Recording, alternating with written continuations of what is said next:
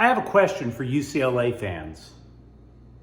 Do you think the players appreciate Chip Kelly? Now, I don't mean that in some sort of fake, clickbaity, let's stir up some controversy where there isn't one there approach. I'm being genuine.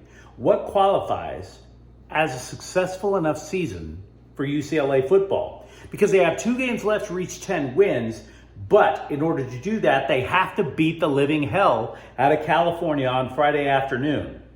Hi, I'm James, the Faithful Angelino Sports, with a preview of UCLA football. And it's the 8-3 Bruins versus the 4-7 Bears up in Berkeley. If you enjoy talking about UCLA athletics, don't forget to subscribe to the channel. We talk UCLA football, basketball, we talk about it all here. Now, I get that many of you Bruins fans are frustrated. You were even frustrated, a lot of you, going into the season. So I understand to an extent why you would want to abandon the coach.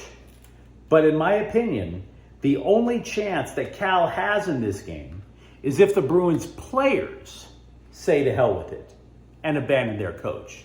Not you, them.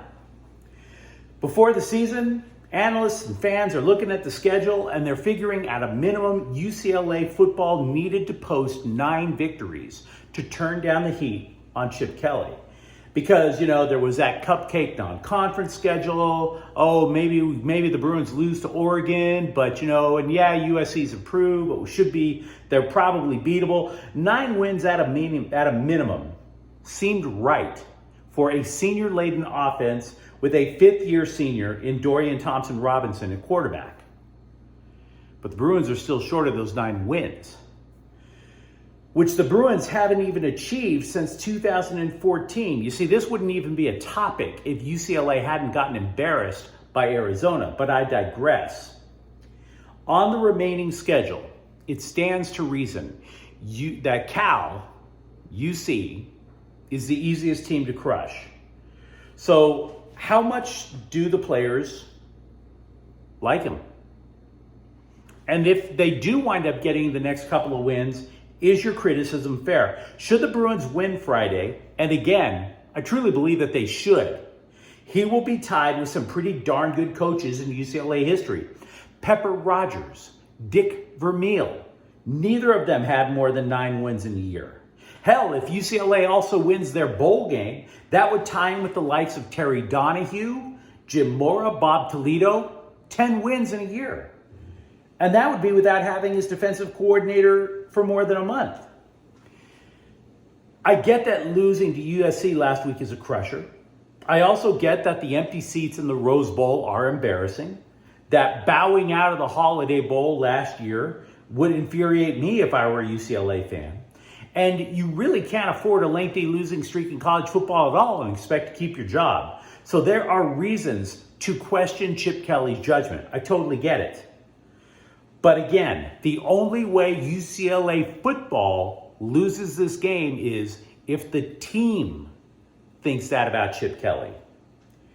I believe this game is going to be far more about grit than X's and O's. I really do. Because I watched USC a lot. Last year, they ended the season at Cal. That USC team had completely given up the ghost.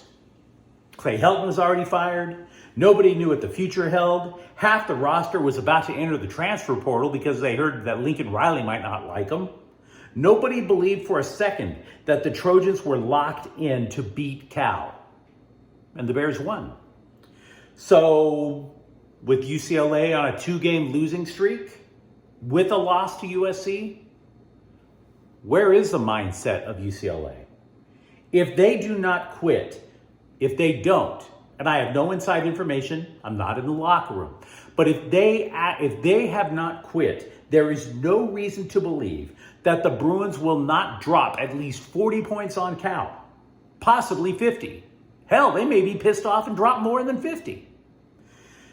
I do not believe there's any chance that Cal's offense could match 40, could match 50, etc. The Golden Bears enter the game, by the way, with the worst pass defense in the conference. 5th worst in the entire country. Even worse, they have as many as 5 key defensive contributors who probably aren't playing on Friday. So a terrible defense at full strength and they're not even close to full strength. So Thompson Robinson should have his way with this team. I understand he has 7 interceptions in the year, but 3 of them came against the Trojans last week. Cal's defensive backfield, Cal's pass rush, Cal's linebackers, they are nothing like USC. And USC isn't exactly an elite defense either. They allowed 45 points to UCLA. The Cal offense, nowhere as efficient as USC. Quarterback Jack Plummer, no relation to the former NFL quarterback Jake Plummer, has thrown for more yards than Dorian Thompson-Robinson, but he also has more interceptions than Thompson-Robinson. I admit I like the Cal's wide receivers more than Jake Bobo and Casimir Allen, but again, Cal cannot defend the pass, whereas I think UCLA is somewhat decent at it. As for the running game, Zach Charbonnet of UCLA has rushed for 400 more yards than Cal's Jaden Ott. There is no reason UCLA should lose this game. Everything I see says UCLA big, unless they don't believe in Chip Kelly. That is why I asked you the question at the beginning.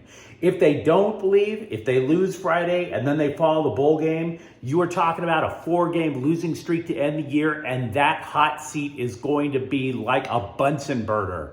You're going to be able to see the flames from Chip Kelly's hot seat from Pasadena all the way out to San Bernardino.